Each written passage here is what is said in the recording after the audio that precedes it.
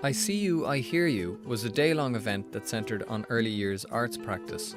Children aged 8 months to 5 years and their parents arrived through the doors of Access Ballymun early on Saturday the 9th of February to participate in arts workshops specifically designed for them.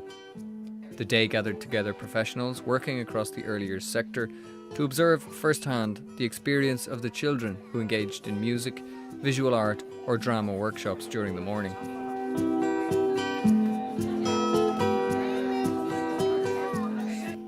A seminar was held in the afternoon for people to talk, share and learn more about early years arts practice and about ASHTR, the Early Childhood Curriculum Framework, from early years arts practitioners, educationalists, childcare workers, parents and arts organisations from all over Ireland.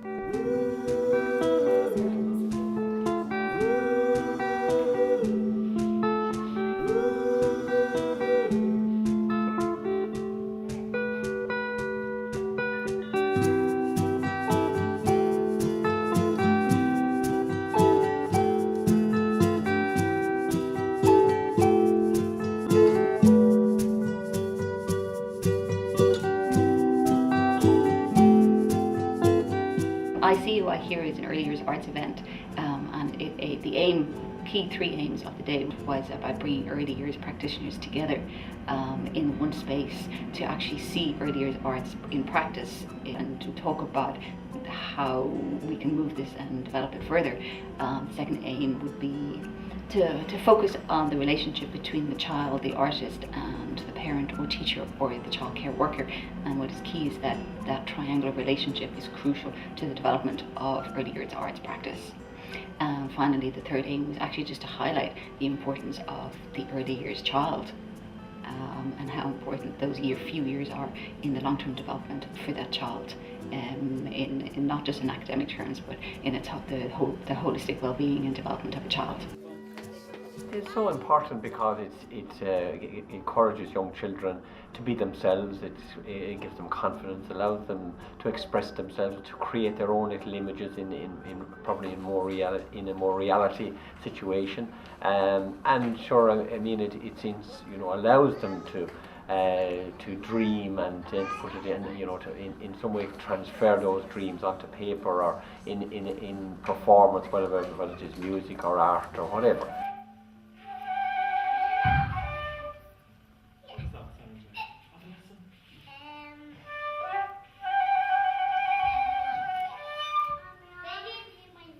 Maybe like the little birds.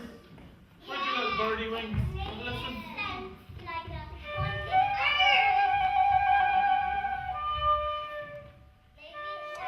I had never been to a music workshop like that with Kieran, even though I play a little bit of music myself, so the house is full of instruments, but I've never really brought him to something that was focused on that. And I was really amazed at how he introduced narrative and little characters and using trains and gardens and all that kind of environmental stuff to really focus them and to engage them. And it was really brilliantly balanced between the kind of story and the rhythms and using their body and their voices. I just thought it was an amazing introduction.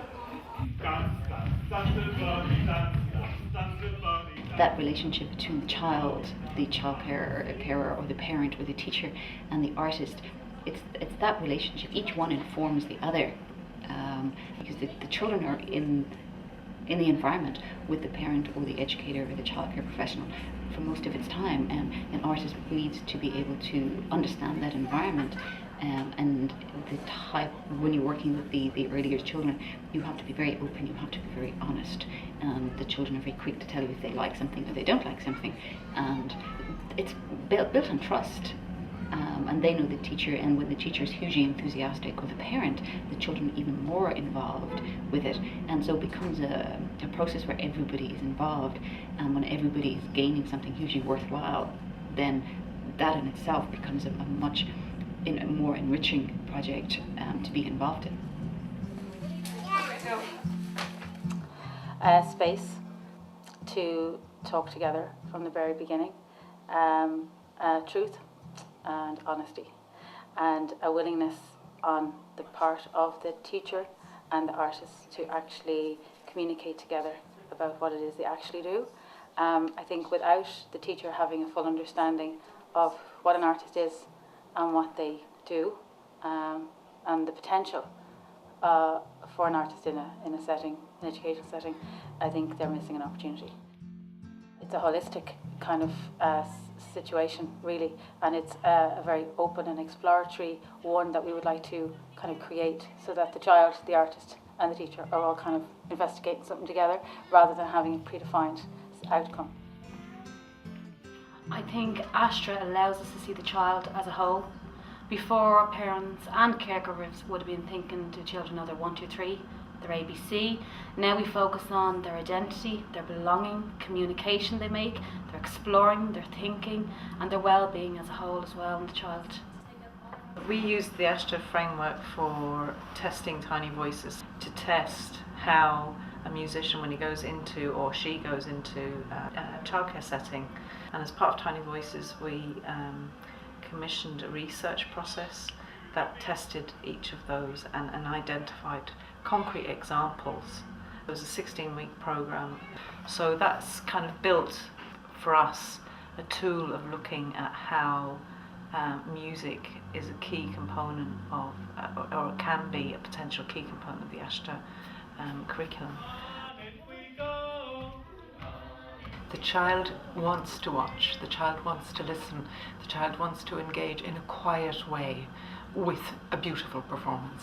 If the performance and the performer are expressing beauty, I think the child engages very, very meaningfully.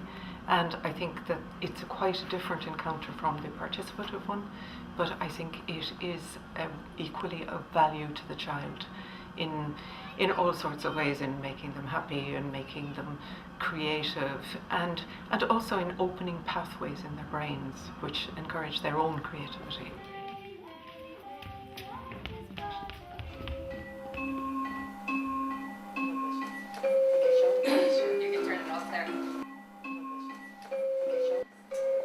I'm not going to talk very long, because having revisited that was 2008. Emily spoke earlier. The number one rule: you have to believe in yourself. You have to be there because you are passionate about being there. You have to know what it is you want the child to engage with in your performance, and sometimes that surprises you. Does value learning from We have worked a lot with artists in Ireland, and it's something that we do very quietly. People don't realise that we do that. In a sense, we're a resource centre for that, and a source of just somebody to talk to or to make connection.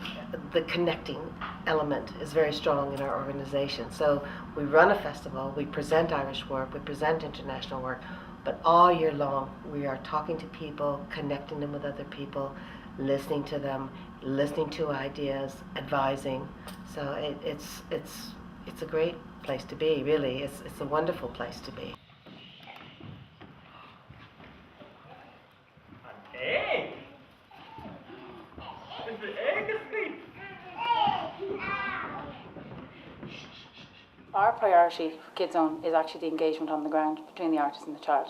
And in order for that to be the best it can be, there needs to be a certain number of things that have to be in place. And one of those is that the artist coming into that setting is a professional artist, yeah. It's vital that the artist has their own practice, their own line of inquiry, because that's what they're bringing to a situation. That's why they're there. And so that's what they fall back on. That is their responsibility, is to be there as an artist. So it's vital that they have a practice that they are investigating in their own right. As an artist, my starting point when I'm working with early age children is I use my own artwork, which explores architecture and building and spaces with the children, and we use huge cardboard boxes and 2 meter long insulating piping, and I give them very small visual stimulus, and I show them very quickly how to put something together, and they just run with it. And in turn, when I watch, there's been times where the children are exploring, investigating, and they have found for me the solutions that I then can go, that worked, I will take that back to the studio. And I think in the approach to my work, it's helped I've had to be a lot less precious about it. The children make something, and then it's not that it doesn't work, that doesn't exist in their language, I'm going to turn it into something else. which is, I'm like, oh, that's such a refreshing way to look at something. So it's very much I'm doing it with them, and the whole process is very energizing for me and the children.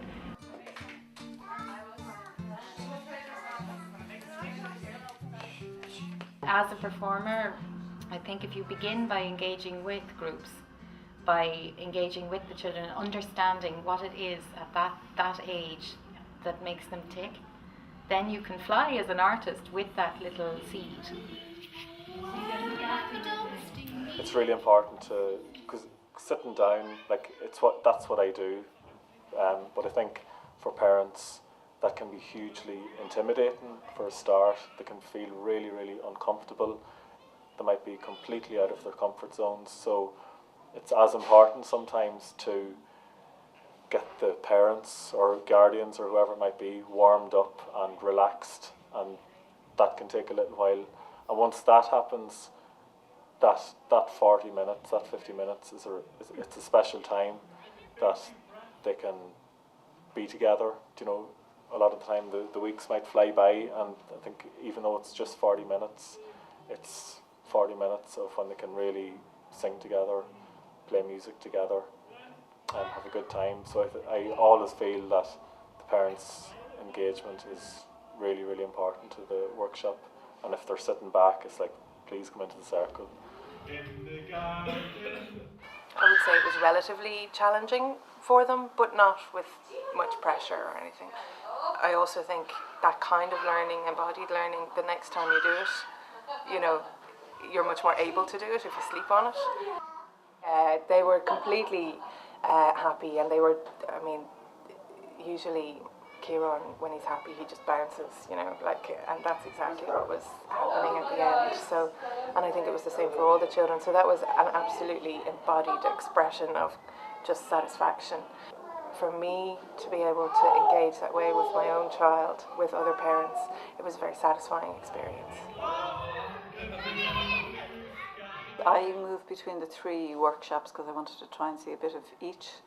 And I suppose there were things that I thought about. Well, first was the way that the children were engaged, and how well, I suppose, the artists involved in various sessions kind of connected with the children, and how ready the children were to engage with, you know, maybe possibly suggestions of things that they'd never seen or done before, and yet they were totally open and just kind of went with it and made suggestions themselves and all of that sort of stuff. So I suppose that level of engagement was really lovely to see. Today we've heard about how some childcare practitioners, you know, are hungry to develop more and more arts and cultural activities for children that are child-led, that are child-specific and child-developed, and that's really heartening, because I think we need to keep building evidence that proves that they are a valuable audience, and they have every right to have access to really good quality arts and cultural work as any adult does, or any other child. The musicians in these sessions. Sometimes it's not just around having the skills, it's around having the confidence to deliver artistic workshops or artistic activities for children. So I'm really feel very strongly about, you know, making sure that the creches, particularly in this area, have the access that they need to people who, like Helen and the other artists that we saw here today, to have those creative experiences from a very young age. My own role in that, I suppose the biggest value I've seen from it is when people, like, we've kind of brought people together, and also events like this, and the shared learning that's happening in that is hugely valuable. And you can see people, you know, developing kind of different partnerships and different ideas and cross-pollination and all of that kind of stuff. So yeah, I think that's really, really valuable. Today, it's just been fantastic, the amount of people who have come from different areas of early years, who've come with the amount of energy and inquiry, and they really want to investigate and explore what is out there, and the amount of people who are able to share their knowledge, and watching the children actually engage with what was actually happening was just fantastic. And for parents to observe their children and engage with them together, and the feedback from the parents was that they were quite stunned at the level of involvement and focus that their actually children have. It's no question in my mind, but it has unlimited potential, and it is, for me, a must that young children should be encouraged all the time, to put themselves in touch with their own uniqueness, and that's what it's about. Each and every child is unique, and what we must, as adults, must do is to allow them to express that uniqueness.